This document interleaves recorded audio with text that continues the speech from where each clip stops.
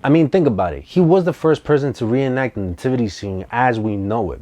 And even though the Passion Play is not really attributed to him, I would like to think that if he would have reenacted the Passion of Christ, it would have been as amazing as the nativity scene, or even better.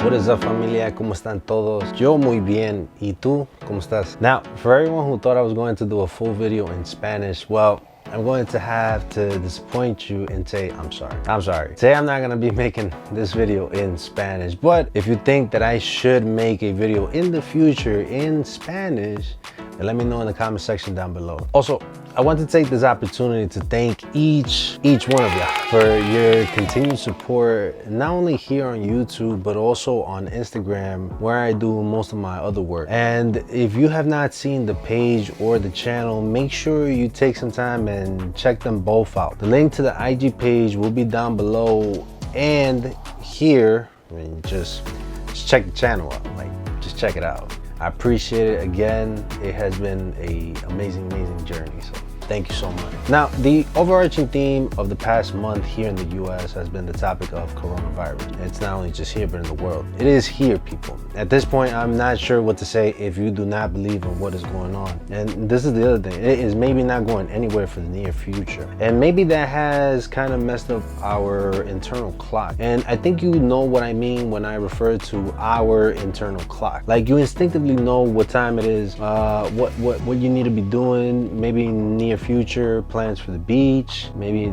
that might be next this year, or summer plans July 4th, or maybe not, maybe, or even our Easter plan. Now, to the last one, I'm not sure if you are aware that Palm Sunday is this upcoming Sunday, or if you see this video after Sunday, then it was last Sunday before, or I didn't think about the future and how it would reference Palm Sunday. I didn't think about it. But my point being that when you watch this video, Palm Sunday of 2020 is going to stick out wherever you are. Now, we will discuss more in depth Palm Sunday later in this video. But this year, we can all agree on the point that Palm Sunday will be unique.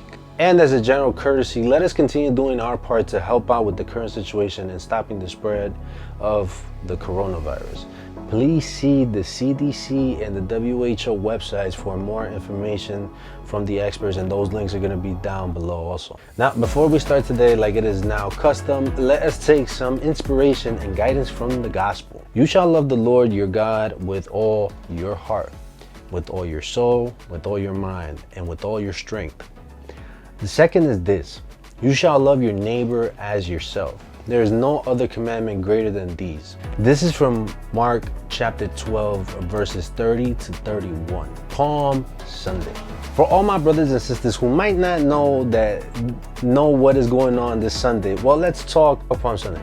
Palm Sunday is what it refers to, palms on Sunday, like a ton of palm. Unfortunately, due to the circumstances, receiving palms this year will be a bit tougher than other years, but let's focus on the other point. Palm Sunday marks the beginning of Holy Week, and this is the holiest week of the entire year for the faithful. This is the week that culminates with the most important moments of our faith, which are the passion, death, and resurrection of Jesus Christ. Now, the last part is the most important for us. You see, a priest a long time ago explained to me that really our faith leans and relies on the resurrection of Christ, because if he did not rise, then we cannot hold the faith in the place we do right now. If Christ died and just stayed dead, then our faith wouldn't have any leg to stand on. So this is why the Holy Week is the most important week for all of us. I mean, that is a quick way of explaining it because there is a lot to it, but I'll eventually go and delve more into it later on. In Palm Sunday, we recount this narrative during the Mass, and the palms represent the entrance of Jesus into Jerusalem. Now, imagine this. At the beginning of the week, there's a group of people who are greeting a man with palms as he enters on the back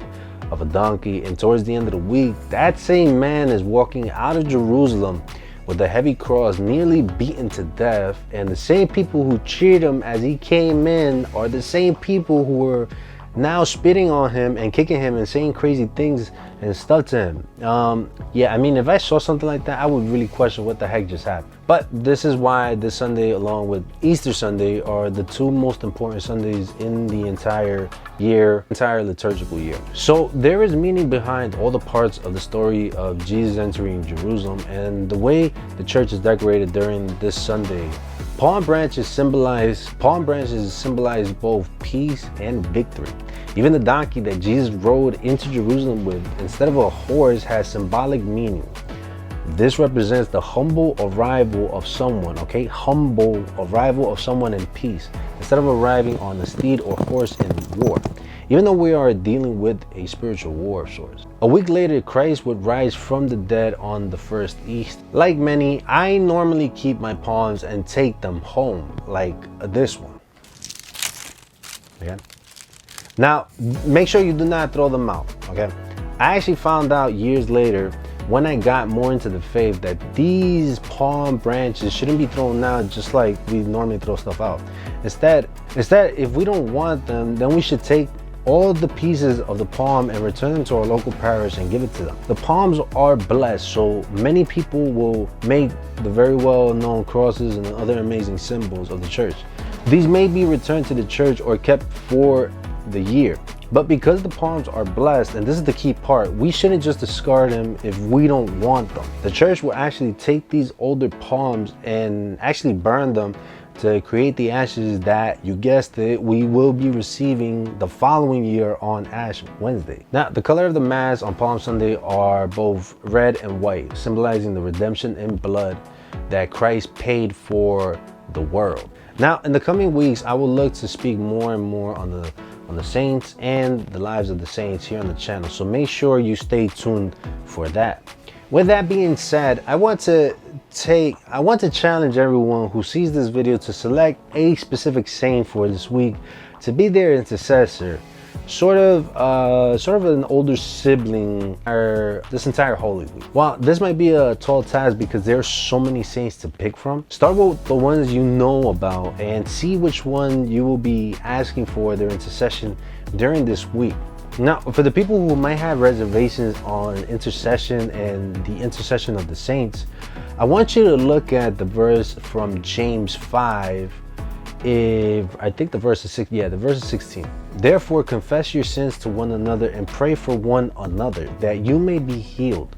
The fervent prayer of a righteous person is very powerful. So if we consider the saints to be holy or righteous people because of the lives they led, then we can ask for their prayers, and this action of asking for their prayers is called intercession. Now, I have mentioned this point in the past a lot because I truly believe in the intercession of the saint. Normally, the saint that I would ask for his intercession is St. Anthony of Padua, my patron saint. But this year, I will be asking for the intercession of St. Francis of Assisi. If you know the story of St. Francis, well, here is the condensed version. He was a young man who basically had everything in his life, but after seeing the plight of others and having a personal experience with Christ, and I want you to actually search up the story of the beggar. In this story, he was selling the cloth in the marketplace, and he was taking his father's place. When a beggar came up to him and asked for some alms. Now, when he finished selling cloths, apparently he left some things behind at the marketplace to go and run after the beggar. And when he found him, Francis actually gave this man everything he had in his pocket. I'm assuming he had a lot of money though, so that's why his dad obviously got pretty upset with him. He actually scolded him, and even his friends made fun of him for doing this, just for helping somebody out. But basically, he dedicated his life to rebuilding the church, and basically the rest is history. I mean, Franciscans, Stigmata, Nature, St. Clair, St. Anthony, basically a lot. But I will be asking for his intercession because I always imagine how he would have prepared for Holy Week. Like, it's one of those things that I think about. I'm like, man, how he would have prepared. I mean, think about it. He was the first person to reenact the nativity scene as we know it. And even though the Passion Play is not really attributed to him, I would like to think that if he would have reenacted the Passion of Christ, it would have been as amazing as the nativity scene, or even better. So I challenge you all to pick one saint and pray a prayer associated with them or their life every day this holy week, so that they can help us and you and me grow even closer to Christ as we near the Holy Triduum. Let me know who you pick in the comment section down below. It's that time of the week, question of the week. What does Holy Week mean to you personally? Let me know in the comment section down below. I hope you all enjoyed this video. Make sure you hit that like button down below if this video helped out in any way, and also consider subscribing to the channel to see more content like this, and also hit that bell icon to get notified when a new video drops. For this week, I will be pointing you all to the YouTube sites where you can see the mass during this time while we cannot go to mass physically. And one of these is Kyrie Films and the other one is Spirit Juice. So make sure you go to their YouTube channels and check for the masses when they're live streamed. And also, if you know of any of the YouTube channels that will be showing the mass or live streaming the mass this upcoming Holy Week, please let me know in the comment section down below. And again, continue praying for all of those directly impacted by the virus, all the people working directly and indirectly to help out during this outbreak, and for all of us that continue to stay in the light of Christ. Now, make sure you stay safe. Have a blessed Palm Sunday and blessed start to your Holy Week. And remember, stay blessed. God bless.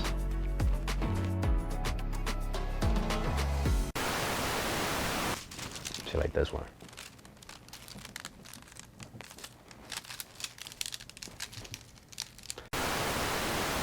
I gave all of those little ones out to family members, to younger kids, to my younger family members. And I remember when every time I would give them out, they would always look at me like, "Oh man, like you made this for me. Thank you so much." So I got a kick out of that, just because when they looked at it, they were like, "Oh snap! Like this is really nice." But I think that the thing that really stuck out with them was the way that I was actually able to go ahead and do the palm cross with just one palm leaf. So they were looking at me. They were like, they just stay gazing. They would just stay there gazing at the way I was turning the leaf, folding it backwards, and then, anyways, yeah. Don't judge me. This is actually not mine, but this is the one that is in my room. But anyways, it's blessed. So if I recall correctly, and I think I might date myself now with this, I think the last time something like this major happened, where a lot of the stuff that was that really kind of like changed, or it just felt like time stopped for a while, was 9/11.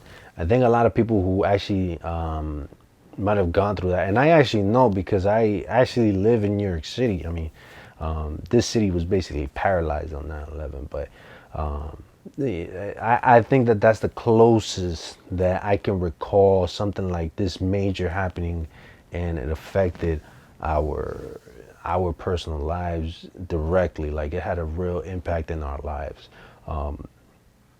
It's crazy. It's crazy how many things I've actually seen so far, and to think that I was 10 years old and the only thing I used to think about back in, well, not 10 years old, back when I was like 8 years old, was my Super Nintendo. And don't judge me, Super Nintendo is dope.